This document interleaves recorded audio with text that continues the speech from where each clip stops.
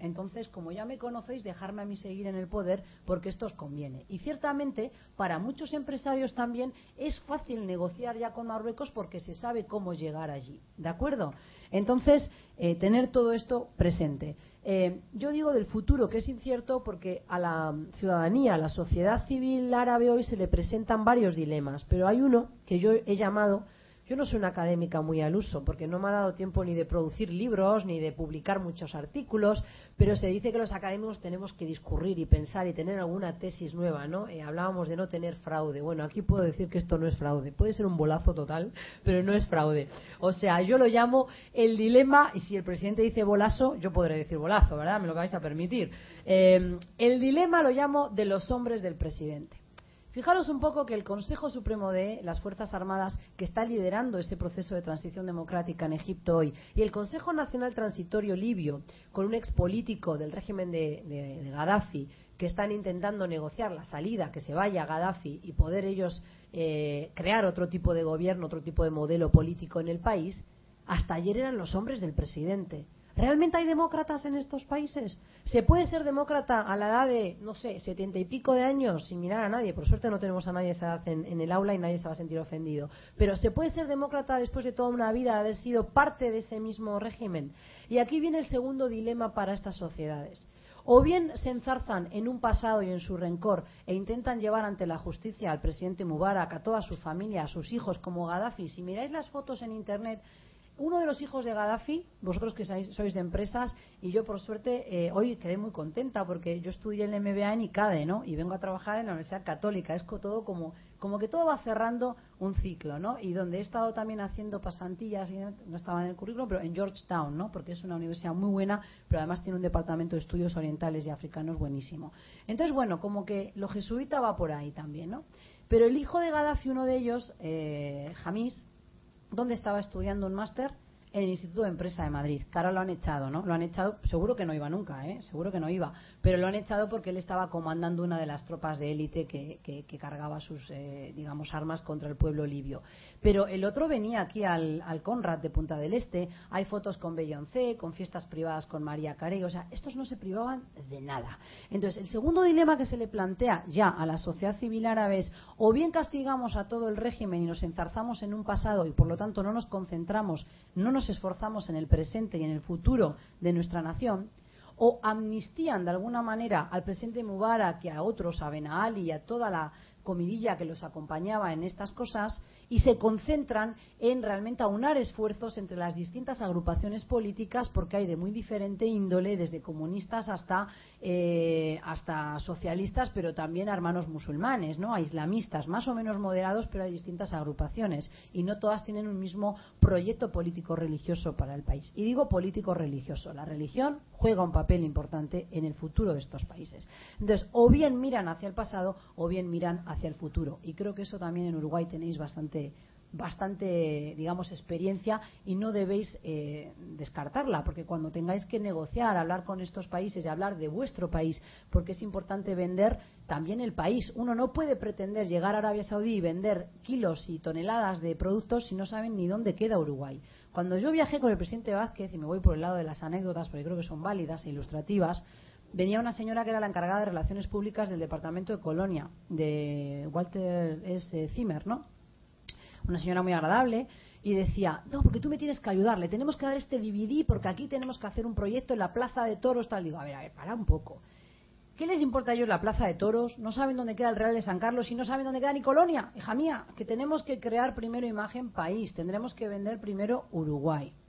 Tendremos que realmente estar seguros de que conocen el país del que venimos, de que se crea cierto vínculo, cierta confianza. Eso es vital con cualquier negociación, pero mucho más con los árabes, porque priorizan la relación personal. No es que no utilicen Facebook y email y yo qué sé, cheques y giros, claro que sí, pero necesitan confiar en la persona que tienen delante, y eso es algo que tenéis que tener presente.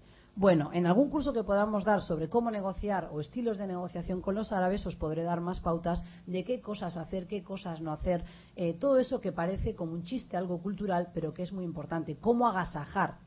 Yo recuerdo que cuando estuvimos por el Golfo Pérsico nos quedamos todos conmovidos por la delicadeza. Incluso yo, que había vivido muchos años en Egipto, no había visto tal grado de refinamiento. O sea, en un partido de fútbol que nos llevaron a ver, que dirigía Fossati al cuadro del Emir, al equipo del Emir, en el intermedio, en el intervalo, nos hicieron pasar adentro unos sándwiches, unos canapés que ningún casorio te sirven. Claro, llegaron los delegados de Arabia Saudí aquí y nos fuimos al departamento de Maldonado, y siento decirlo, no es culpa de él, pero sí es culpa de él no dar la orden de que alguien se ocupe de ello. Óscar de los Santos, intendente de Maldonado, estuvo en esa delegación, vio cómo se arreglaban las mesas con jugos, con aguas, con flores, con tapetes, con PowerPoint, con transparencias. Llegamos a Maldonado, no había, vamos, el mantel que había tenía varias papas de agujeros y bastantes manchas, no había ni un mísero vaso de agua.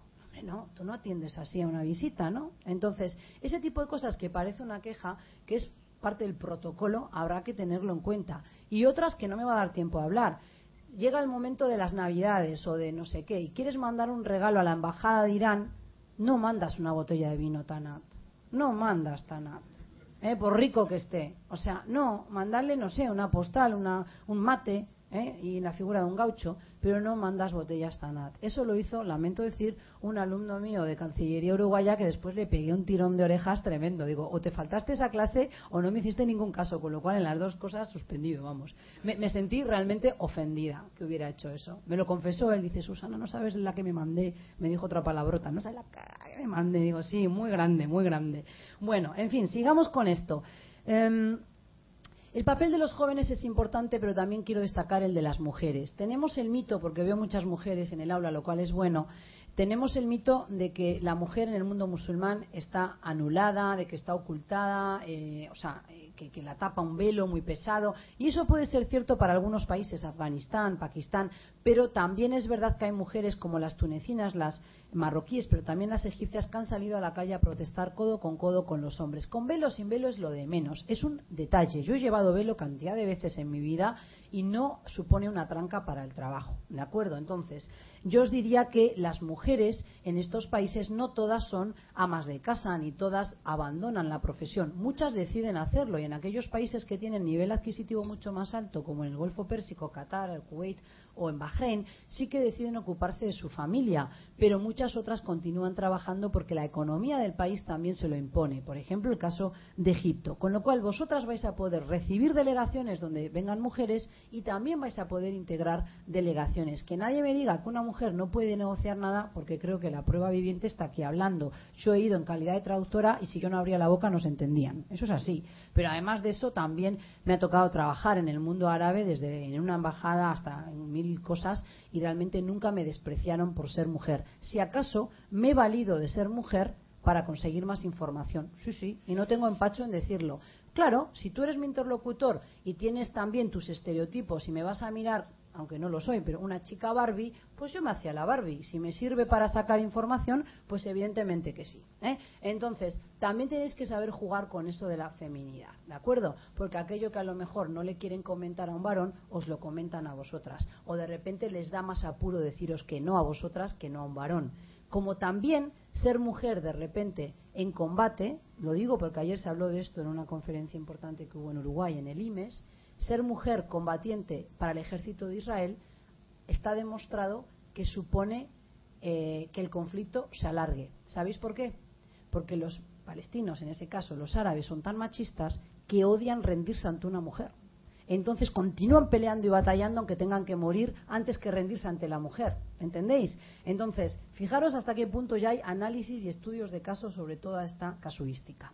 Bien, yo creo que habría que plantearse que las sociedades árabes cada vez están mejor instruidas y, contrario a lo que pasa en Uruguay, si estuvisteis presentes en la lectio inauguralis de Vargas Llosa, que dijo que la cultura, y coincido, se ha banalizado mucho en Occidente, tenemos la telebasura y creo que Uruguay no escapa a eso también, con Tinelli, las Viviana Canosa y toda esta programación que tenemos tan estupenda, pues mientras que aquí tenemos una cultura del escapismo, de evadirnos del estrés, En el mundo árabe son conscientes de que se les engaña, de que se les ocultan cosas, y sí se vuelcan a la Internet y se vuelcan a las redes sociales, y sobre todo yo diría a Internet, para averiguar aquello que el régimen les quiere callar. Y en ese sentido tenemos que tener presente que valores occidentales, o que creíamos que eran occidentales, como cultura de libertad, libertad de expresión, derechos humanos, también son caros a los ojos de los árabes. No seamos ingenuos ni seamos agrandados, decís en Uruguay. Ellos también quieren lo mismo que nosotros, pero la diferencia está en que reivindican su derecho a mantener sus raíces culturales y religiosas. Por eso es que vemos a muchas mujeres musulmanas en Europa hoy que, aun teniendo todos los papeles en regla, deciden ir a la universidad en España o en Francia con el velo, porque se sienten más cómodas demostrando que esa es su identidad, ¿eh? Y ahí tenemos el caso de Francia, donde se ha prohibido el uso del velo integral, que quiero aclarar que es el velo que oculta el rostro, ¿no? No se prohíbe el velo que deja el rostro a la vista. Bien, yo decía que ¿qué quieren? Quieren dignidad individual con estas protestas y colectiva, porque los jóvenes, pero en general la sociedad civil árabe hoy, es muy consciente de que se le está robando su presente, pero que además estaba cercenando sus posibilidades de crecimiento a futuro. Ha habido años de bonanza económica también en la sección, o sea, en el sector, en el mundo árabe, y ellos se han dado cuenta de que la distribución de la riqueza ha sido pésima. Y es lo que están reivindicando, que no nos engañe nadie ni nos azucen el fantasma del integrismo islámico. Y yo diría entonces que ¿qué esperan de Occidente? Bueno, pues sobre todo esperan que no haya una actitud de paternalismo, que no haya políticas de doble rasero. Por eso yo decía que ahora estamos en la etapa de no intervención, porque intervinimos en Libia, porque hay intereses a proteger y salvaguardar, pero no se está interviniendo en Bahrein, donde se han sofocado las protestas, incluso trayendo policía y fuerzas armadas de lo que es el Consejo de Cooperación del Golfo, que es un bloque, una unión aduanera de los países del Golfo Pérsico, países árabes, sí, de Arabia Saudí y Emiratos Árabes Unidos en ese caso. Entonces, esperan que no haya una injerencia, o sea, hay injerencia, que haya una injerencia coherente con los principios que se están anunciando, ¿verdad? Que es proteger vidas de civiles.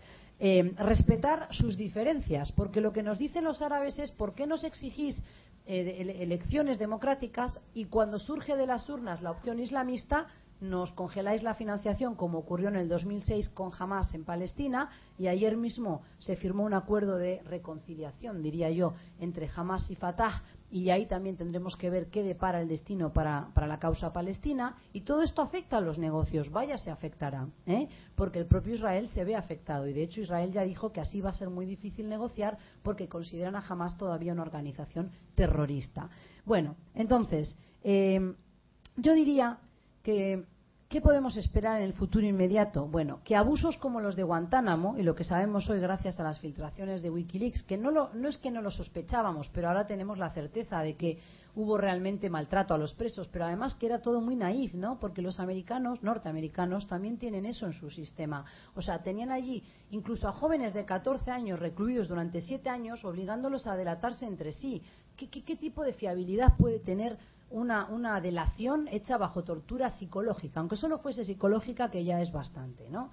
Entonces, ese tipo de abusos, y si la intervención en Libia se prolonga demasiado y hay demasiadas bajas civiles, hoy leía una cifra que me dejó helada, yo no sé, tengo que contrastarla, se dice que hay 30.000 bajas de civiles en Libia desde la intervención. Es una enormidad espantosa. Si eso se confirma, yo creo que esto se va a volver en contra de los propios intereses de Occidente.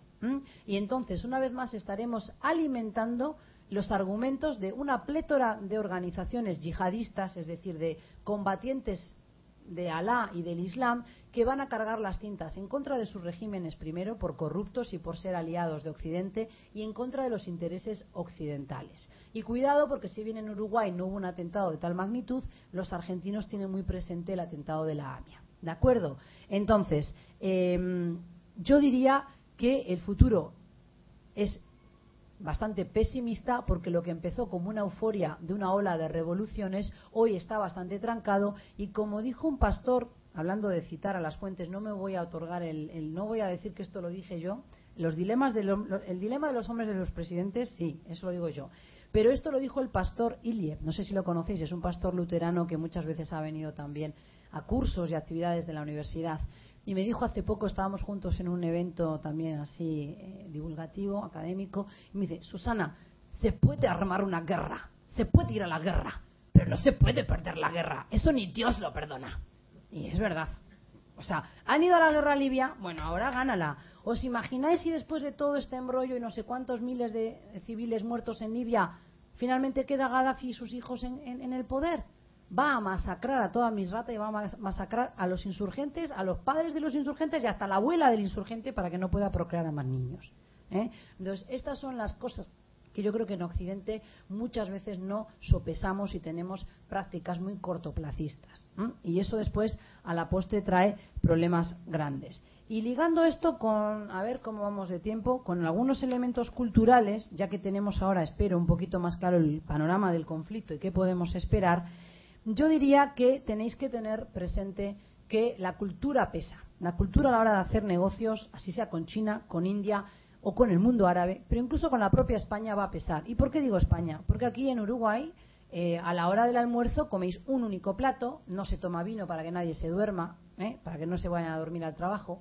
En España, a la hora de hacer un almuerzo de negocios, es un almuerzo primero que nada. Lo que menos se habla son de negocios.